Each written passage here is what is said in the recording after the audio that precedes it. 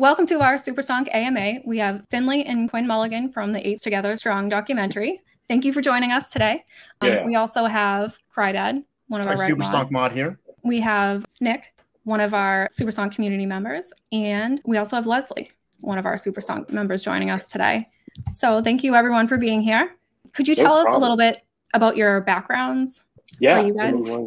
Us bros, us dudes. Yeah, I'll go first since I'm already talking. I'm Finley Mulligan. We're from Portland. My brothers will be annoyed at me because I'm going to say all of our stuff because we're twins and a lot of it's the same. But yeah, we're from Portland.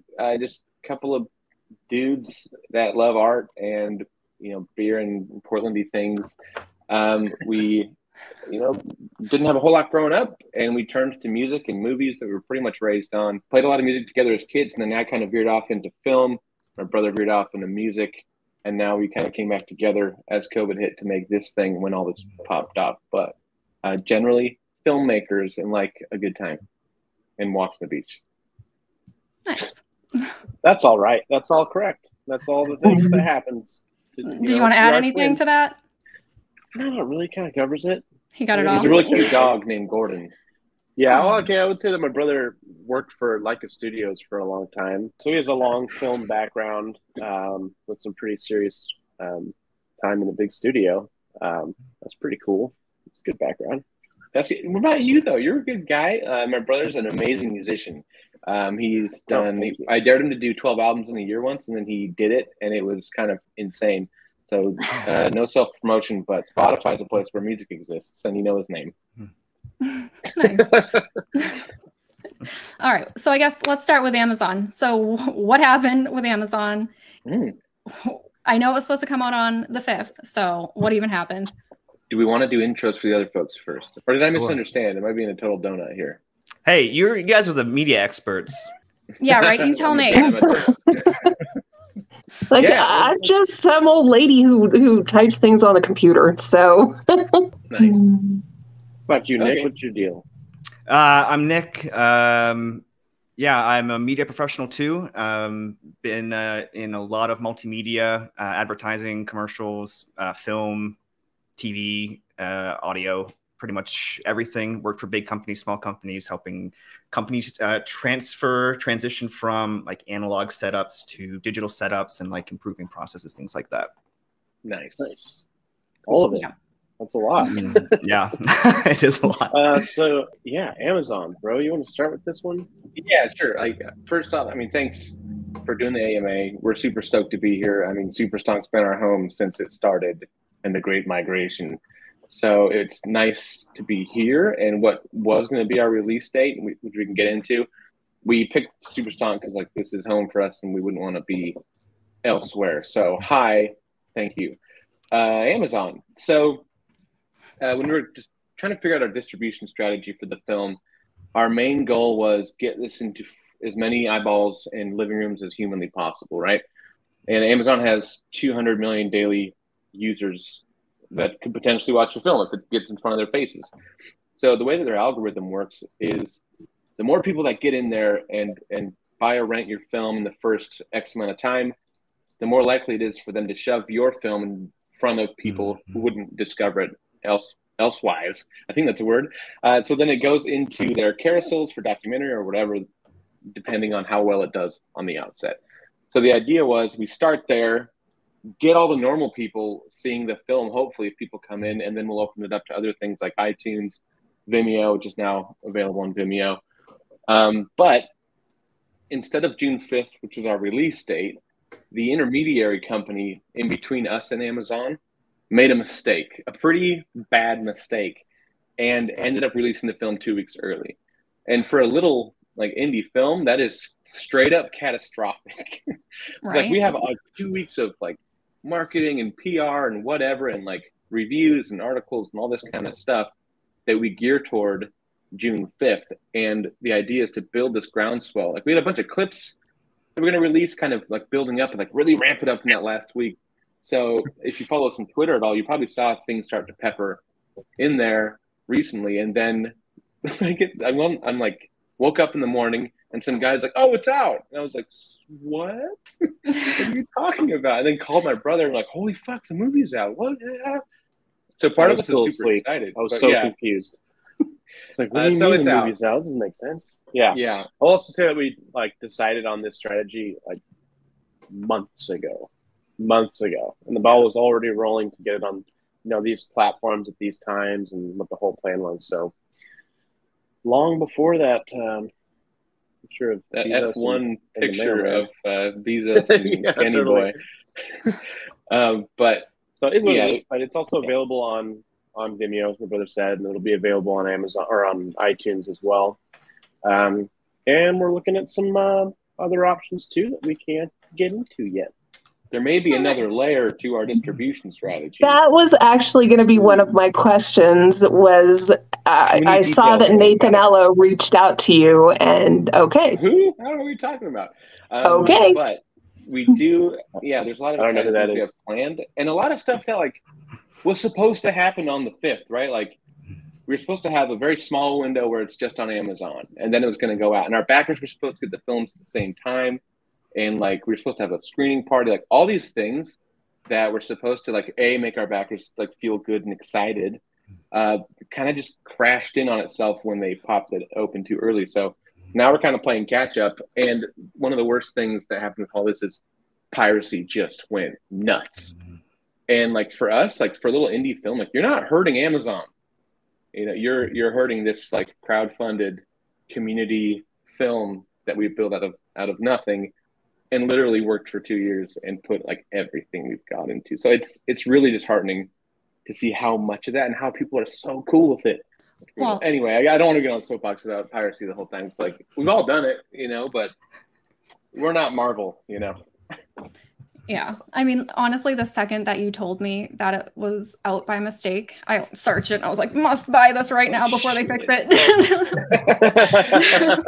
Nice. And we have that option, so we're excited about the Vimeo option for people that don't want to support Amazon. Yeah. So I was going to ask that. So were you able to do that? Because I thought you had to be on Amazon exclusively for 30 days. So were you kind of able to? We had planned on.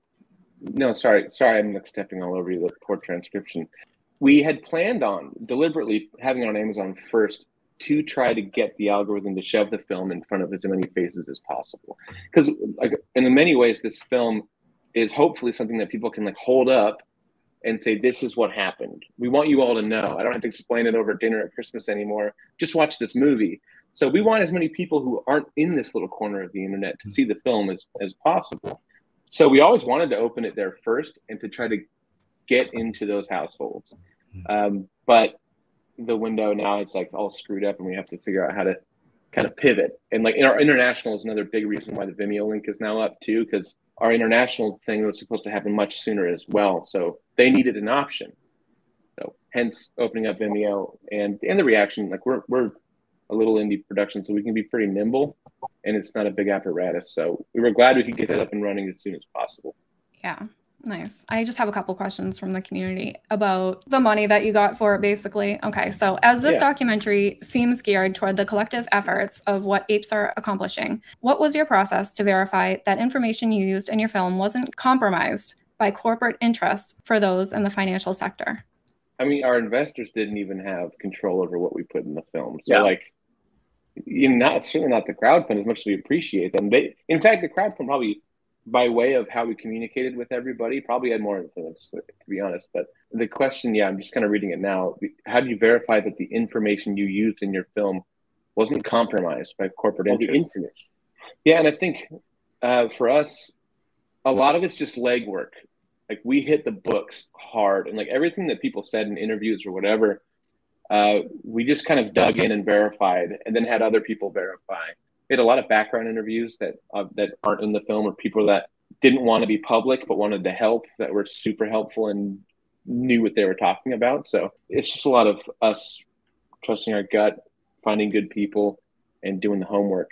It's a pain in the ass. Documentaries are a pain in the ass. If you want to make a movie, oh boy, just make a horror movie or something, which are probably but Okay. Well, this is the next question that kind of goes with that question. What sort of transparency methods do you have to show that the crowdfunded efforts indeed were from individuals and didn't involve corporate donations? I can answer that one. For us to have a corporation donate money to us, it wouldn't really get them anything. Our crowdfund, as much as we appreciate everyone that donated to the film, they didn't have any sway over how we made it or what we included in it. Just as much as our investors didn't have any sway on what was included or how we included things in the film. You know, that when it came down to it, every single decision we made was my brother and I making those decisions. No one's putting anything in our ear, and we weren't going to back down on anything either. So that's why we wanted to be so independent. There were some community members that we showed early cuts to who we trust and who are prominent, just to make sure that like, yo, we need a gut check. It can't just be us in a hole somewhere, which it felt like. But so like we did throughout the process, kind of pepper in viewings for certain people that, you know, that know, and just kept us kind of on track. And early on, but the question is, how do we verify what transparency to find out that the crowdfund people weren't corporations or bad money or whatever? And that's, I think, just to jump off what my brother said, we didn't bother because it would be a really weird thing to do. Like, if some big company gave us a bunch of money, like, okay, like, thank you. I don't know, like, it doesn't do any good. That'd be really weird. Names of the backers are also in the credits as well. Mm-hmm. Yeah, anyone who didn't want to be anonymous, because we made sure that we didn't out anybody that didn't want to be doxxed or whatever, but they're in there. And also anyone else that's like, oh, I want your full backer list, like, you're not going to get it, because we appreciate people's privacy, you know, and we're just not going to do that. But know that it'd be really weird for anyone to try to get to us that way. It doesn't make any sense. Okay, good to know. Thank you. You know, just kind of getting into the movie, you know, when you guys set out to make this documentary, what was your intended audience, or who was your intended audience? And kind of as a follow-up, did that change as you guys started filming and as started production on it? It's kind of a two-part thing. So of course there's, you know, the Apes. Like we crowdfunded the beginning, like, what do you want to see in the film? My brother made a post asking, you know, what the community would like us to include most. That was definitely the starting point for what we put in there, and that's all geared towards what the Apes want to see. So of course, that's a big audience, but these issues affect absolutely everybody in this country. If you have a pension fund, if you're a teacher with a pension fund, a firefighter, you know, an ambulance driver, anything, any number of jobs, if you have your money anywhere near the stock market, it is being gambled with. Not by you, by the richest among us. So it was important for us to also break out of this corner of the internet and to have this be a film that could be digestible, entertaining, and more importantly, educational for everyone else in the country. We need everyone to know what's going on. We need people to understand our markets better, and we need them to know why they should be pissed and why they should be knocking on the door of their local representatives. And why this isn't over, you know, like that's a huge thing for us. Like, this is still going on. And it's something we'll just keep shouting every interview or whatever. But I think also our audience, in terms of who our audience is, like, if we didn't get this right and it didn't feel right to the Apes or the people that have been involved for the last however many years, they're going to hate it. Luckily, everyone that's seen it so far, like, loves it, and we're super jacked about that, because I think we tried to make sure to not treat these people, us, the Apes, as like a sideshow. I think a lot of the other docs have that problem of like, oh, look at these wacky weirdos. Look what these wacky guys did. It's crazy, huh? That guy lives in a van. Like, that's not like representative of the majority of these shareholders, right? So for us, like, we wanted to stay true to that and the humor of the community, and to really do right by the core audience, which is the Apes. It's the film by Apes, right? For Apes. That core audience needs to feel like it's their story too, but it needs to be understandable and digestible enough for the other people out there to like look at and be like, holy shit, why didn't I hear this part of it? The humor was a constant, like, I guess, point for us to come back to all the time. Like, for me, a big part of what made most of this digestible on, you know, any of the subreddits through all the migrations has been humor, memes. Mm-hmm. You know, it makes things. I'm a musician, you know, I don't know shit about the stock market, or didn't anyway. So having someone post a meme with a couple funny things, and it's like enough for me to go, oh shit, I kind of understand that now. let me dig deeper with that kind of baseline feeling that there's potential for me to get this and to better understand what the hell's happening to my money in the stock market. So humor was something we kept coming back to. Like, do we need a funny part? Yeah, it's getting boring right now. Oh my God. And we just cannot take ourselves too seriously. Like we get fidgety and we have to just do something. I don't know, but I think that the film definitely has a little of our brains kind of everywhere in the style of it. And humor is a big part of that. We just can't, act like we're too fucking smart, I guess. I don't know. Well, and to build off one of your guys, part of your guys' answers, your film was pretty much the first to say that this, in no uncertain terms, that this is not over. Why do you think the other movies or docs up to this point, really kind of want to hint or indicate that the movement's over? I think it's more indicative of them being outsiders looking in. I think there's a lot of theories out there about who's behind these things in corporates. Like you look on their LinkedIn, they're a development exec for this and that, and they used to work for some firm. A lot of these guys are like a lot of these people that are in the business side of the film industry are just business people. They're like money people. They don't really care what's going on. They just want to know, oh, cool, that idea that random creative has, is it going to make us money? Cool, give them money. Like that's kind of as far as a lot of it goes. I mean, obviously, who knows? But I think it's more a product of some of these projects just not coming from within the community.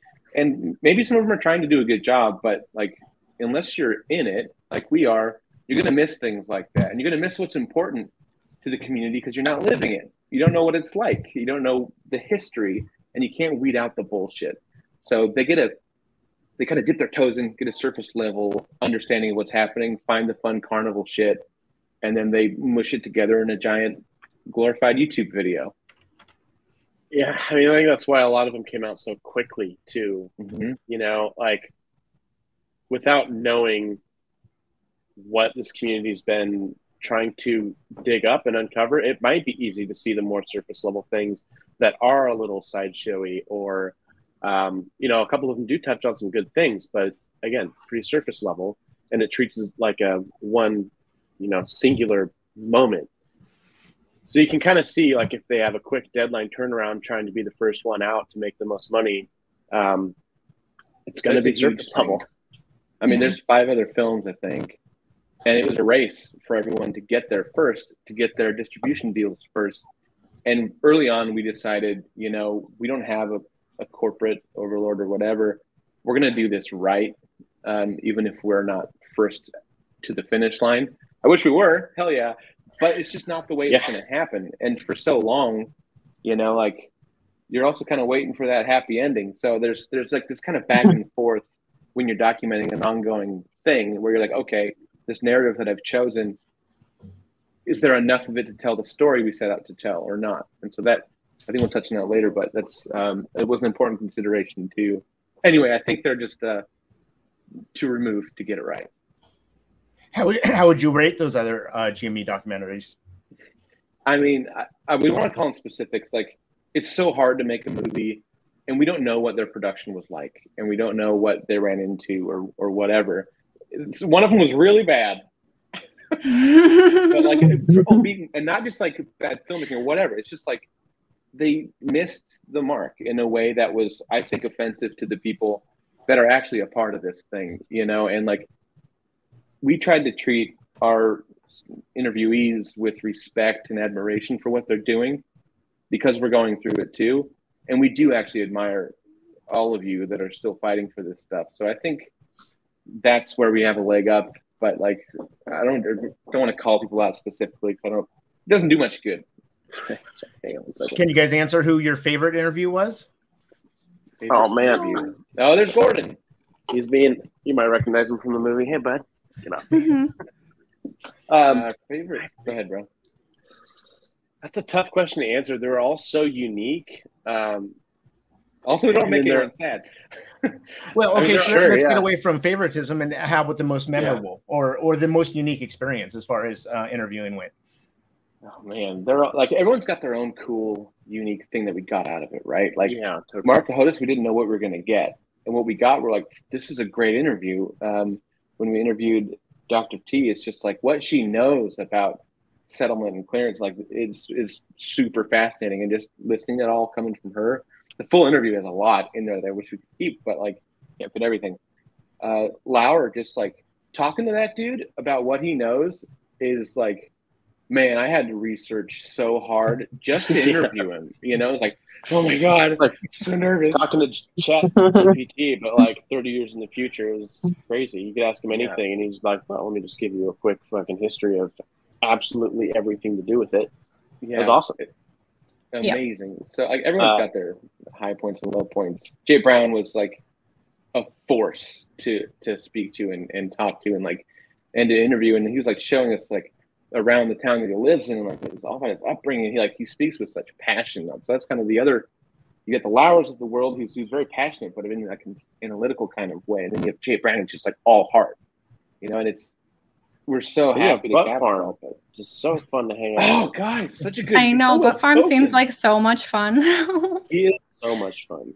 Yeah, when we first interviewed. Go ahead, bro. Sorry, I keep stepping on you. No, they're just great interviews. You know, he was able to distill a lot of the like subreddit experience into some very good, concise sound bites that were just like, fuck yeah, we kept just being like, yes, it's exactly what I wanted from you. That was awesome. And then just hanging out with him afterwards and talking to him about being in the community the whole time was really cool too, because it was the first time that we had hung out with you know, someone that's been a part of all the migrations in the history and the experience of going through what we've all gone through. So it was awesome. And the guy named Butt Farm 69, like our first interview with him, he was so well spoken, and we're like, what the fuck is happening? And like that's part of what I read. It's awesome. It's amazing. We had to like get another interview with him. It's like we wanted more, you know, because it was such a great interview. So like that, but that's it's like my brother said, what's awesome about this whole thing is there are so many people like that like on the surface it's like memey, funny, whatever, and then when you peel back the curtain and meet them or whatever, or like see who they are. Lisa Braganza was a badass. Oh my gosh, yeah. She's so clear and just like cool. She let us like she was really patient and something like funny and great at explaining things. So we could gush about everybody like all day. We're super stoked. Looks like you guys had a lot of fun, right? Like you just watching you animated about everyone that you've talked to and things like that. So I mean, it was crazy stressful, like to do it, the whole making of the film, and we definitely like shared beds in hotel rooms to make sure that we were trying to stay on budget. And like we were such poor kids the whole time. Like, oh, we don't need the money on that. It's fine, yeah. Yeah, it was intense, the whole process. But yeah, I mean, it's an experience we'll not forget anytime soon, and can't wait to fucking do it again. That's what I like to hear. Actually, I have a quick question, because there were 3 Superstonk mods that you ended up interviewing, right? Talking about Reddit. So do you know why there was no mention of Superstonk? So we do include, you can see Superstonk at least once in the film, I think a couple times maybe. But like, it's funny because when you edit a documentary that's comprised of interviews like ours is for so much of it, you kind of have to rely on what people are saying to connect the voiceover of the scene or whatever, and make the scene work, make the radio edit, like the line of dialogue kind of work throughout a sequence. And like every time it was brought up, it was kind of in context that didn't really fit the narrative of the film. So it's like, it wasn't an intentional thing. And, you know, we wanted to include that more and all that, but like, we definitely didn't want to go near any of the more Reddit-y kind of like drama stuff, because we felt it was distracting to the brilliant things that are actually happening and happening still throughout the process. So maybe that's kind of a lame answer, but like the short answer is like, it just didn't quite fit in the cut. And you know, that's just a hard thing to balance sometimes. And in the end, we did have a few questions and interviews about it, but like, it just didn't quite have a place in the narrative that ended up being formed. I mentioned it in pretty much every interview, though. So that's true. And here we are. No, watching the movie, I definitely paused and went back 5 seconds. It was like, that's us, right? Like when you showed it, right? My wife's just surprised. And moving back to filming, you know, what surprised you most about the filming? Was there anything that really that you weren't expecting? this is kind of cheeky, kind of funny. Like, we had a lot of background interview where we talked to a lot of really serious people, and like nobody likes Ken Griffin. Straight up nobody. Oh, interesting. Like, not even like in a shy way. Everyone just kind of like, that dude's a dick. Dude sucks. Yeah. But like actually, the actual filming process, I think like this is our first first feature that we've directed. So like what I used to do is run a shooting floor at like, we made stop motion movies like Coraline, Paranorman, Kubo and the Two Strings. Like, these are like $80 million crazy productions. And my job was to keep it on the rails, shooting floor. This was like more stressful. It's like everything is so expensive. Just to go meet somebody and visit somebody, like, that's crew you got to get, that's travel, that's everything around all of that apparatus. It's just a lot. We had a pretty serious interview lined up with a very public figure who's been around this stuff and kind of vocal about it. Straight up ghosted us. So that was a surprise. Yeah, all the money to get hotels, crew, equipment, flights, like all that shit. The day of the interview, and then poof, it's gone. That was a bummer. So yeah, I mean, things like that come up. So that's also, you know, I mean, those are surprises. It's not like, oh, a surprise about how, you know, just the content of the story, but like those kinds of surprises. Man, you really gotta tuck and roll and stay positive and find a way to make the day work. So we ended up shooting a bunch of B-roll, which was great. And I think we grabbed another interview that day. Yeah, we tucked and rolled pretty hard, but yeah, so we managed to make it like worth it. But it's just those things in filmmaking. Sometimes you get thrown a wrench and it nails you in the fucking temple, and you're just so dazed. But you still have to keep like, I'm okay. And how many people too, like, that we did interview, I guess more seriously, that were totally in line with what's going on Superstonk and elsewhere with the apes. Like, there's a lot that they agree with and that we're right about, but a lot of people have this kind of error of like, that's just the system, you got to deal with it. But not a lot of people disagree when the points are brought up in an eloquent way, because it's hard to argue some of the points that I think the apes make. You know, and like, it's hard to argue that payment for it flow is not a conflict of interest. Like, every answer to that is a dumb sales pitch. Like, it doesn't make sense. So I think it was surprising how many people were so open about that. Man, I was thinking, like, this is gonna take a while. I better choose a big water bottle. And now, like, after the first sip, I'm like, this is like way too big. It looks really weird just taking up my whole camera. Hey, man, that was a dumb choice. Yeah, you know, it's gotta. Well, at least you're hydrated. Exactly.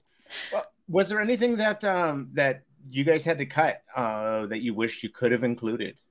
There was so much that we had to cut that we wanted. You know, there was a lot of historical stuff that we had cut together that we fucking loved. Like a huge section in the beginning that goes from like, you know, the 1920s up until, you know, like the birth of the DTCC, that whole story, totally. All that stuff was awesome. We had to cut it. It's probably a good thing. There's a ton of stock footage and that shit's expensive, but but we actually brought a clip with us today. Funny you ask. We would love to share one that, like, for whatever reason just didn't work in the cut, but like, we had so much fun making it, and Lisa Berganza was so cool about it. But I could play that. Yeah, just real quick. Like, this is one of the surprises too. It's how generous everybody was with their time and how willing they were to work with us on things like the following. We're learning from each other. That's what's so incredible. I have learned a lot. I've been an investor advocate for years, but I have learned so much this last year. All right, Lisa, next we're going to talk about meme culture and what memes have meant for the movement at large. Oh, actually, I know a lot. Do you mind? Do you just want to get up and I'll hop in and? Okay. Thanks. On the Reddit community, I'm better known as ButtFarm69. I am a meme lord.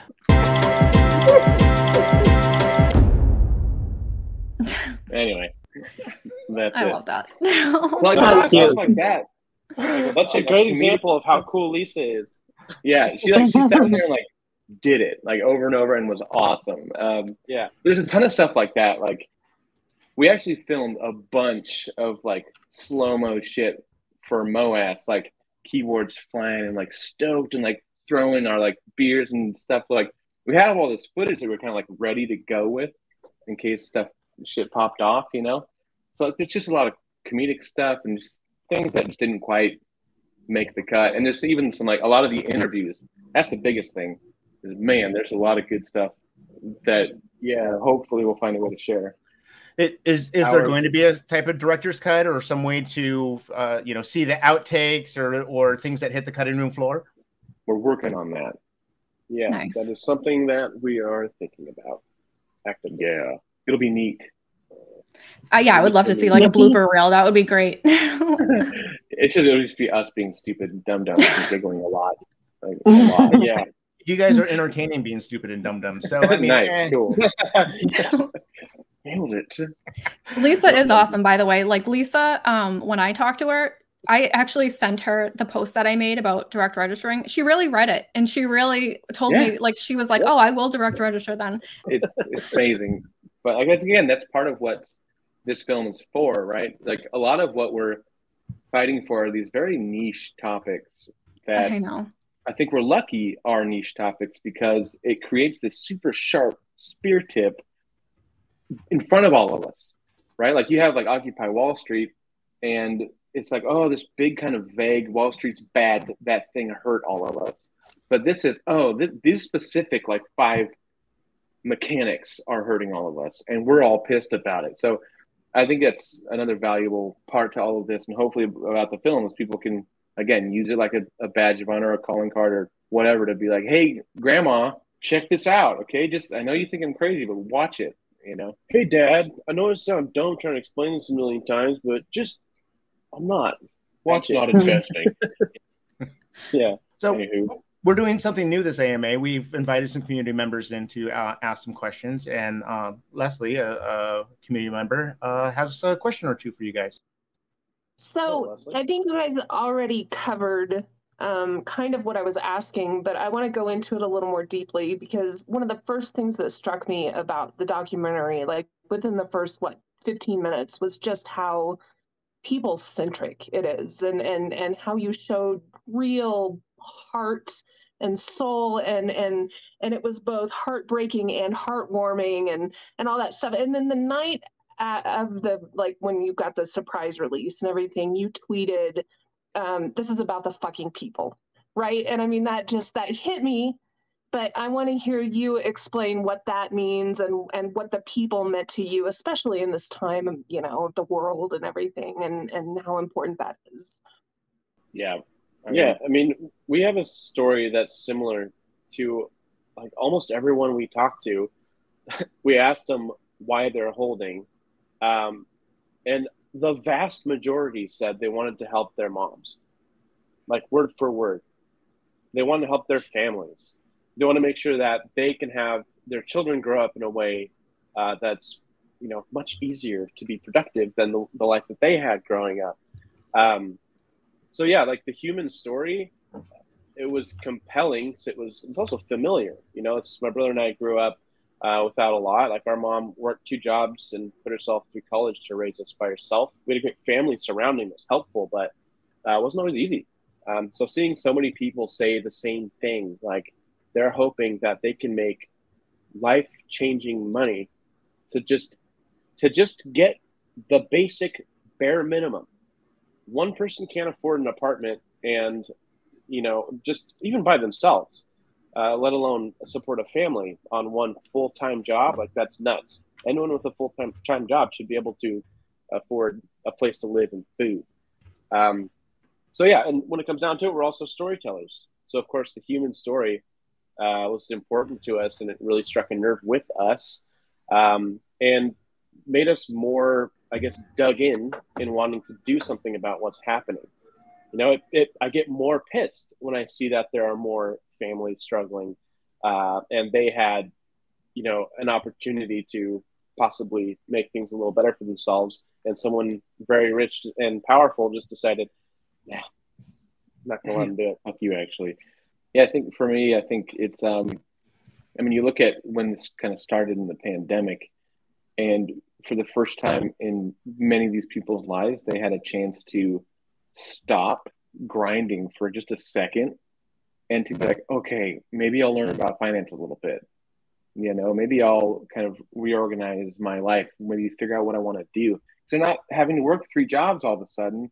They got a stimulus check to like get some groceries with, you know, and think about their lives. And so many of these people obviously found themselves in stocks like GameStop or whatever. And whether they knew what they were doing or not, it doesn't matter. They made a good play, a fair play and a legal play, and then were robbed. Like that makes me so angry. And the fact when we were all watching that happen, it made us sick because of, again, my brother's saying like a lot of these people just wanted like to not worry. Like that's straight up like a life goal.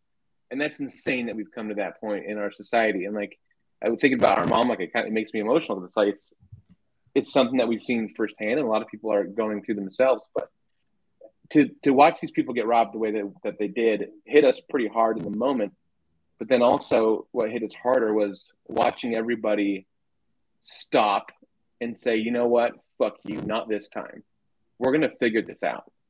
And then seeing everybody band together in the way they did to discover the mechanics behind what happened, why it happened, and to still be fighting now to right this wrong is inspirational. And that story needs to get out there. So for us, like this is all about humans. It's all about the people as much as it's about anything else, because without the humans behind it, none of it matters. Some people do just like the memes, though. And some people just people just want to get rich. That's also cool. Just want to get rich. Yeah, that's also part of the story. You also they also talk about those guys in the other docs too, though. Like, there's my soapbox. And then Leslie had another question about. Oh, did you want me to ask my next one? Okay, I didn't know for sure. So we've talked about memes already and everything. I was just personally curious how you guys felt about people taking clips or screenshots from the movie and turning them into memes. Like, are you open to that, or nothing to do about that? Like, yeah, I hope it's funny. At least when people are like mean, it's like, oh man, that was mean. Why are you mean? Why are you being mean? Why would you do that? Like, so like sometimes people can be shitty, but like I love memes.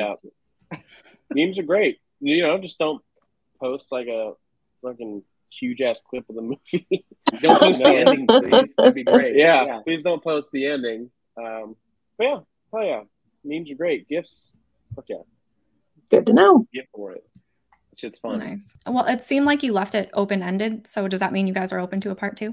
Yes, absolutely. There's so much. Go ahead. Sorry. Oh, go ahead.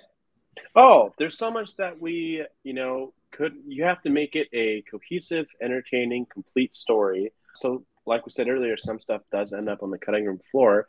Topics we would love to explore and go into more depth, things that have happened since we wrapped, cutting the film. And like once it's cut and finished and we've sent it off to do color grading and like sound mixing, anytime something happened, I was like, oh, God, I just want to put it in, but you can't do that. It just costs a ton of money. But anyway, yeah, totally open to part 2. Can I ask when that was, when you finished filming exactly? It was, I want to say September, end of September. No. 22? Yeah. So that was, like 6 months ago or something like that. But there was stuff that was outside of filming, like certain graphics and voiceover, like we, added in DRS numbers and that sort of thing, like as things happened after we were done like filming. So we didn't just stop, especially if something that affected our narrative really blew up. Because again, we control this whole thing. So as much as it would have sucked to open it back up, we were open to that till the very end. It comes down to like the narrative that we've built, right? Does this new news disrupt or make weaker the narrative of the film? Does this change our goal? And at a certain point, we said, no, we're good. Let's do this thing. But yeah, part 2. I guess we got to answer that. We would totally. Yeah, you said yeah. We're definitely open. We crowdfunding again. it's just so much work. Like I doubt we'd do that, of course, and it's just so sticky, even though it shouldn't be, kind of thing. But we would definitely. It depends on how well this does, right? That's part of it, because the goal of this thing is to get it out there to as many humans that can watch and listen. And if it blows up and we can dig into these topics deeper, we'd love to. But doing this the way that we did it, I don't know that I have another couple of years personally of that in me. It is so much to do this thing, and it cost us so much personally, financially, mentally. Like we're screwed for a good while now. Happily, this was something we wanted to do and we're proud of, and we're super glad we've gotten through it. But we're not going anywhere, right? We're Apes, and we started here without the film. We're in here, as things continue. We're not leaving or going anywhere. So hit us up. Yeah, nice. And it's like, as much as we would love to do a second one, we both went into debt to make this one. I am in debt now, like a lot of debt. So like for us to make a second one, like this one has to do pretty well. You know what I mean? Like it's tough. Like if someone were to, and just to show that it's viable, if anyone wants to help us produce a second one, they're going to want to see that the first one was successful, or at least has the right equipment to make a second one successful as well. So the film doing well is really important for that to happen. So, there's a lot of factors that go into us deciding if we want to do a second one or not, but we're absolutely open to it. And we're taking notes. Like, we're not like, I'm always on the sub. You can look at me. I mean, they're like every day chiming in on shit. So, yeah. Yeah, I'm in there every day on all the comments. Well, what's the feedback so far about, like, what are you guys getting for feedback about the film? It's great. It's amazing. Like, on IMDb, it is 7.9 right now, and that's weighted. It's 8.9 or 9 unweighted. So when they see like a huge number of really good or really bad reviews, an algorithm kicks in that'll weight the score. So it's actually knocking it down because there are so many good scores that thinks they're fake. Oh, wow. And it'll just take time for that to shake out. So like 8.9 is a really, really good score on IMDb. And then on Amazon, it has, last I checked, 100% 5-star reviews. Wow, nice. Yeah. So like people that have seen it are super jacked about it. And like, it's so like, oh my God, after all this like turmoil and work going into it, it feels good to know that we think that did it justice and that these people can be proud of it. Like that's really the main thing. That's really the main thing through all of this, is to have people look at this thing and go, like, you guys did it. There is a document of what really happened and who we really are. And like for me, like seeing people say that kind of stuff, it gets kind of emotional. Like there's so much wrapped up in it. And like, yeah, I cry at everything, and I just had a kid, so I'm freaking out anyway. But it's powerful to see these people watch the film and to say, even some people like, I was shitting all over this. I'm sorry. This is it. You guys did it. And it's amazing. The reaction's been so good for people that have watched it. People that haven't watched it, they're still like going crazy. It's pretty weird. I love it. Even after looking at it for 2.5 years, like I still love the movie, and we were so excited before releasing it. We were so excited for that release date. We're like, hell yeah, we get to share it. We get to show everyone what we've been doing. Like finally we can fucking talk about the damn thing and share it with everyone. Of course, it got released a little early, but we're still excited nonetheless. It's out there, like whatever. Now we do love the movie. And it's really interesting from the mod side. We see so much negativity come through. We've had 3 or 4 or 5 missed movies, right, where it just does nothing but riles up the apes, and so that the hesitation and to watch the turnaround of people either begrudgingly watching the movie or whatever, and then for their tone to just completely change and come back and be like, hey, they knocked it out of the park. This is great. Everyone should watch it. So it's been an interesting journey watching the narrative or the general feelings change, and for those who have seen it. And I do want to say, like, to all those people that are feeling negative or whatever, like I totally get why.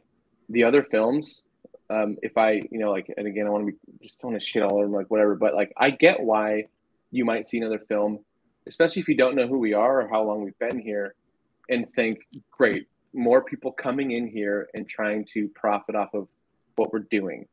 Like, I understand that. And I maybe would feel the same way if I didn't know how the process goes of making a film or whatever. So like, for all those people, like, I hear you, I understand you, and we try to just take it with a grain of salt. And we just ask, just check it out, you know, and don't pile on to things that you hear other people say who haven't seen it. You know, that groupthink is a dangerous thing. And if we can't support each other when we're trying to help, like, I think we got bigger problems. But check it out. Just watch it. And if you hate it after that and want to shit all over it, I'm totally down to be like, oh, man, okay, I'm so sorry. Oh, yeah. If you've seen it and you hate it, like, whatever, man. Fair game. That's fine. Totally. Like, totally fine. But we're here. We've been here. Look us up. Hit us up. We try and answer everyone that messages or emails us. And we try and go through every single comment on Reddit that talks You're about not lying. Film. I've watched. You literally have answered everyone's questions. So the film series, we've been working like 18 hours a day just trying to do so many things. But since we started responding, yeah, well, sure, yeah. How do you do it? How do you keep responding even to all this negativity without it just like getting to you? We believe in everybody. But like we believe in this community, and we believe that if they give people a chance, they might go, oh, okay, well, that's not what I exactly was expecting, but I still liked it. Like, it has something for me in it. Or people are watching it and going, fuck, that was awesome. It's exactly what I wanted. But ultimately, like, it's a group on the internet, and sometimes you're going to have people in those groups that just don't want to actually have a conversation, and that's hard to deal with sometimes. But the number of people that speak up or are positive, or at the very least willing to give you a shot or willing to listen to what you have to say, that's the kind of shit that made me so interested and proud of this community. That kind of the dialogue that allowed us to be like, well, wait a minute, that doesn't make sense. What about this idea? What about this hypothesis of why things might be working the way they are? That discourse is what's awesome. And when everyone just, even if you have a bad, or if you don't think something's right, and you're like, well, maybe not, and then everyone's like, chill. That can be difficult. Damaging. So, yeah, also, like, when you have hampers discourse. A large group of people, when you have a large group of people that groupthink can set in, and people start being afraid to speak up for fear of being ostracized as an other, right? And this is a huge problem for a group that relies on good discourse to reach a goal, which is changing our financial system for a lot of us, you know, not all of us, of course. And when logical fallacy takes over, and you have people making appeals to ignorance by like making an argument that something is true because you can't prove the accusation's wrong or whatever, like, you know, oh, you guys are shills for Kenny, and you're like, no, we're not, and like, prove it, and you're like, how? I don't even know where to start. Like, that's not an argument. You know, it's not backed with anything. And I would just be wary of anyone that says, you know, I just thought it was kind of weird that you guys released on Amazon or whatever. Like, what do you mean? Like, you have an opinion there. I'd rather that person go, I think you did it because you're getting paid, and then backing it up. And I'll answer that. You know, I'll even answer the other stuff. But I would urge everyone to just, if you have a claim or an accusation about anyone in the community, state it fairly, politely, and back it up. Nice. I mean, my next question is actually, what do you think Apes should be doing differently? Would that be your answer? Yeah, probably is. I mean, imagine if, like, you know, we have a lot of eyes will hopefully come onto this community very soon if this does well and does what we want it to do, right? If people share it out there and say, look at what's happening, and we get on the news or whatever, because we'll talk to media because we feel like this needs to be out there. It needs to be done, you know, and like, people might not like, but we want to do that. That's our personal choice, right? We're not going to speak for the sub because that's not our place. But we will speak for our work in this film. It's also too diverse of a group. Like, it's not. Yeah, nobody can speak for the sub. Like, no one can. Right? So the sub is a group, right? Like, no one speaks. Yeah. There's no leader. Nobody speaks for anyone. So That's if we do this right, stood out. and the issues, I'm in the middle of it. If we do this right, and the issues do get out there in a way that causes attention to the stuff and what everyone's doing, other people are going to dip their toes in. If they see a bunch of apes destroying their own, they're going to bounce, and they're like, oh, this is not what I thought it was. I mean, look at Jon Stewart. That kind of happened with the AMA with him. He saw how everyone piled on Matt Kors instead of talking about the issues, right? Because you may very well have a good point about whoever that you think is like a page or whatever, but there are other enemies outward that are more important to focus on in a lot of ways, I think. And that's just my opinion about all that stuff. But, you know, be ambassadors for what we're doing and make sure you set a good example, because eyeball's going to be on you. Brother, sorry. I mean, just to add to that, like, one thing that Dennis Keller here, I'm going to misquote him here, said when we were interviewing him was that, you know, Wall Street only wins because they're unopposed. Best quote. That's my favorite quote of the whole film. Love that quote. Yeah. It's so good, and it really gets to the heart of what the potential of this community is for me, because for me, like, the main point is reform in our financial systems. You know, like, if we can stay unified towards that goal and not tear each other apart from the inside out, like, there's a real opportunity here to go, you know, make some actual changes happen, to look at specific things in our market and say, that's not working for me. That's not working for me. It's not working for my neighbor. It's not working for my mom. In fact, it's being used to make other people, make it more easy for them to steal my money. So having a group that's at the very least willing to stay civil and have good discourse so that we can stay focused on the bigger goals, that's really important. Agreed. DRS.